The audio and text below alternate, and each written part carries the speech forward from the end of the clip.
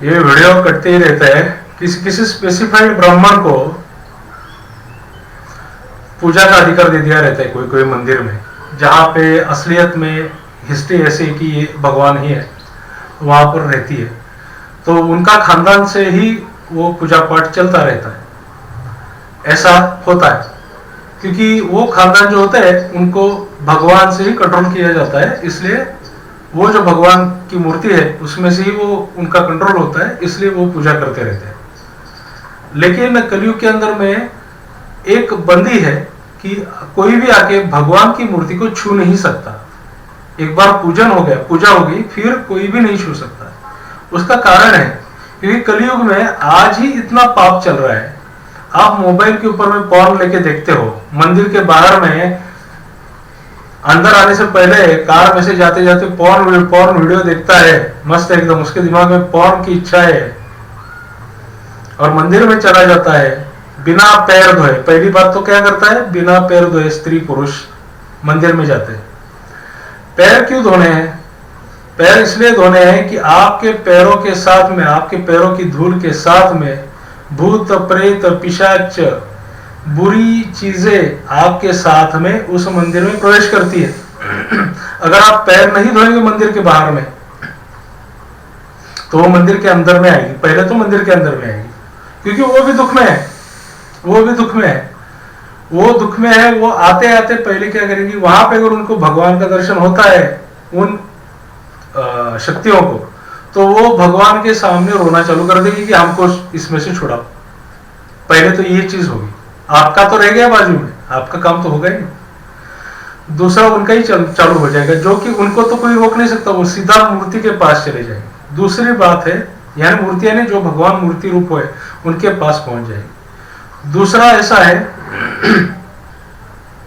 Ladies उनके menstruation period के अंदर में मंदिर में डायपर पहन के चली जाती है, तो वो खुद अपवित्र है ऑलरेडी, क्योंकि खून निकल रहा है बॉडी से, खून निकल रहा है बॉडी से, वो भी सड़ा हुआ खून है, जो सड़ा हुआ अंडा है, सड़ा हुआ अंडा है। ये सड़े हुए अंडा निकल रहा है, उस वक्त वो खुद ही दुख में है, खुद ही उसका मन विचलित है, और तब वो उस मंदिर में चली जाती है।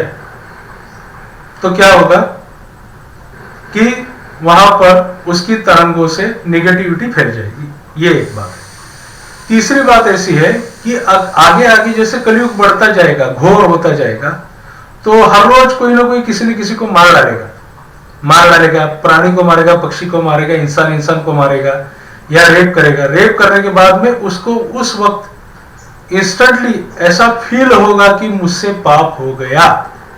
अब पाप हो गया है, उसको फील भी होगा करने के बाद, अभी तो फील नहीं हो रहा, बाद में उसको लगने लगेगा मैंने गलत किया। तो सीधा क्या करेगा, मंदिर देखेगा, मस्जिद देखेगा, गुरुद्वारा देखेगा, जो भी जगह भगवान, जहां पे भगवान नाम से काम चलता है, वहां जाके या चर्च में जाएगा, पादरी को कोने में खिड़की से बात करेगा, या फिर में भी जीसस का मूर्ति है तो वो किसी भी, या मेरी की मूर्ति, वहां पे जाएगा, और वहां पे जाके वो क्या करेगा, उसको पकड़ेगा और रोएगा कि मुझसे गलती हो गई, मैंने पाप कर दिया, आई हैव सिन्ड। जब वो ऐसा बोलेगा, जिसको उसने मारा है वो भी उसके साथ ही आत्मा आएगी, और वो भी बोलेगी कि ये हरामखोर ने मुझे मारा है, तो तू मेरा फैसला कर। अभी अगर मूर्ति में प्राण प्रतिष्ठा नहीं है तो वो फैसला नहीं कर पाएगा, प्राण प्रतिष्ठा नहीं है तो फैसला नहीं कर पाएगा। तो वो मूर्ति में वो घुस जाएगा जो मर गया है, वो मूर्ति के अंदर में वो घुस जाएगा। अगर किसी मूर्ति में प्राण प्रतिष्ठा है की हुई, उसमें भगवान का अस्तित्व लाया गया है, और उसके अंदर में ऐसा कोई सिनर उसको टच करता है, तो भगवान पवित्र होते हैं, सात्विक होते हैं, दाल चावल रोटी खाते हैं, नॉनवेज नहीं खाते कोई भी भगवान। जो अंदर में जो मेन भगवान होते हैं वो दाल चावल रोटी खाते हैं, वो कोई जानवर वानवर मार के नहीं खाते।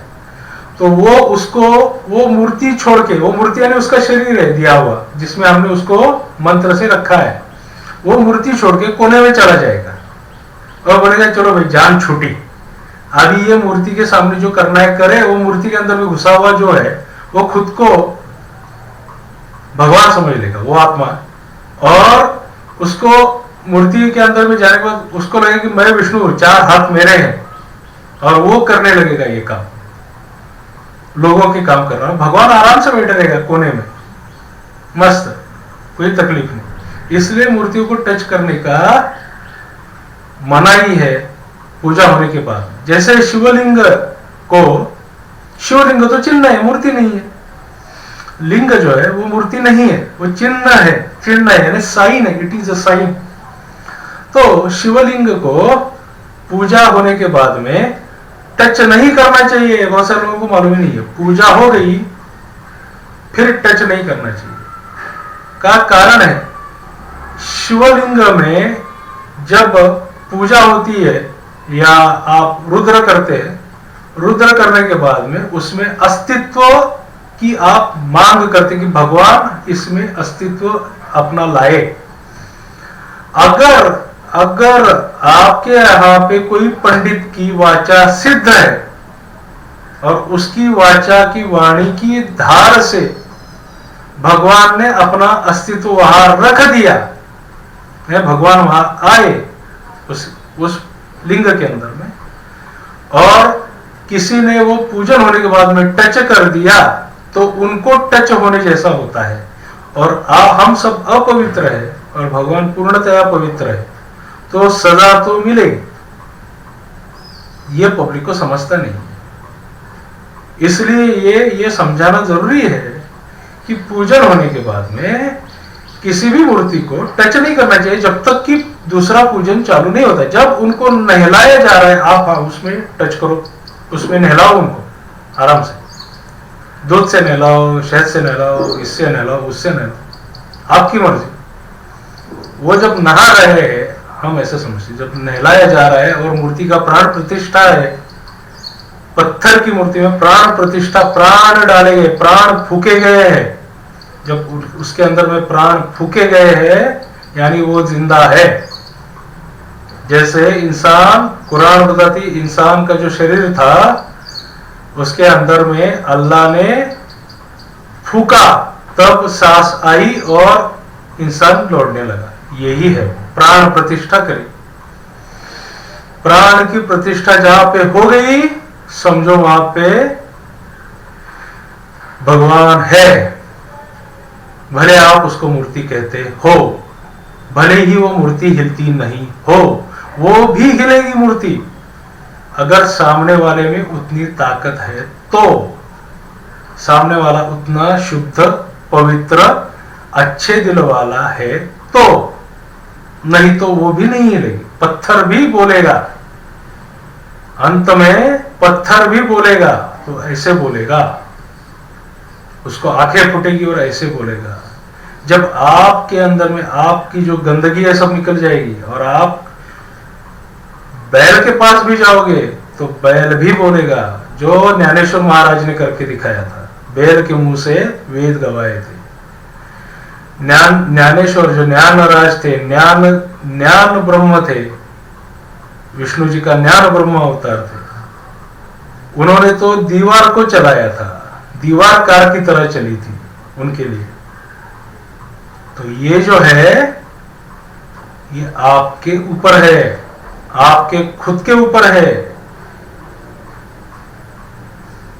तो पत्थर में भी जान आएगी, अगर आप में जान होगी तो आप बेजान होते जा रहे हो। आपको खुद को बहुत मेहनत करनी पड़ेगी, उसके लिए आपको इस संसार के झमेलों से बाजू में होना पड़ेगा, रास्ते के किनारे पे खड़े रहना पड़ेगा, तब आप किसी को गाइड कर पाओगे। रास्ते के पहले आप तो रास्ते पे चले हो, लेकिन रास्ते के किनारे पे खड़े रहोगे तभी आपको पता चलेगा रास्ते में गड्ढा है, यहाँ पे मत आओ, यहां से जाओ, आप गाइड कर पाओगे। लेकिन आप रास्ते में घूमोगे तो गड्ढे में आप भी गिर सकते हो, ऐसा है। तो हम लोग अभी ये कचरे में गए हैं, ऐसा ही है। तो ये जो भी कुछ चल रहा है ना, इसके पीछे जो मेरा कुछ चल रहा है, वीडियो चल रहे हैं, एक वेबसाइट बनाया मैंने, कुछ इंफॉर्मेशन मैंने डाली है, kalkiavatar.satysanatan.org करके। वो वेबसाइट भी ठीक करनी है, एकदम हैकर की वेबसाइट है। मुझे आज एक बंदे ने बोला, उसके पास में वेबसाइट को दिखाने गया था, बोला किसी हैकर की वेबसाइट जैसी लगती है आपकी वेबसाइट। मैं बोला देखो भाई, मुझे जितना समझ में आया मैं बनाते गया, वो बन गई। अभी उसको ठीक करके दो। बोलता है मैं ऐसी गंदी चीज को हाथ नहीं लगाता। मैं बोला ठीक है भाई, मत लगा, उसकी इच्छा होगी तो मेरे में बुद्धि डालेगा, मैं खुद बनाऊंगा उसको वापस। ठीक, तो ऐसा है, ये जो भी कुछ चल रहा है वो फ्यूचर के लिए चल रहा है, भविष्य के लिए चल रहा है। कोई ना कोई इसको पढ़ेगा जरूर, कोई ना कोई इसको सुनेगा जरूर, किसी न किसी को ये समझ में तो आएगा जरूर, जो भी कुछ चल रहा है। और मैं जो भी कुछ मेहनत कर रहा हूँ, ये सब पुराण वगैरह पढ़ रहा हूँ, ये डिजिटाइज करने का मैं प्रयत्न कर रहा हूँ इनको, ताकि आगे के लोगों को इसके बारे में समझ में आए। किसी को अगर लगता है तो इसके ऊपर में वो डुडल वुडल के वीडियो भी बना ले,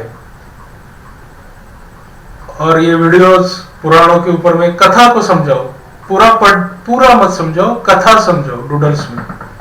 क्योंकि पुराण पढ़ने का विधि विधान है, आपको नहा धो के, पैर वैर धो के, मस्त एकदम आसन के ऊपर बैठ के आसन का पूजन वगैरह करके, क्योंकि ये झूठ तो है नहीं, सच्चाई, ये सारा का सारा भगवान का चरित्र है, भगवान का नाम है। तो उसको भी उस हिसाब से बोलना चाहिए, उस हिसाब से पढ़ना चाहिए।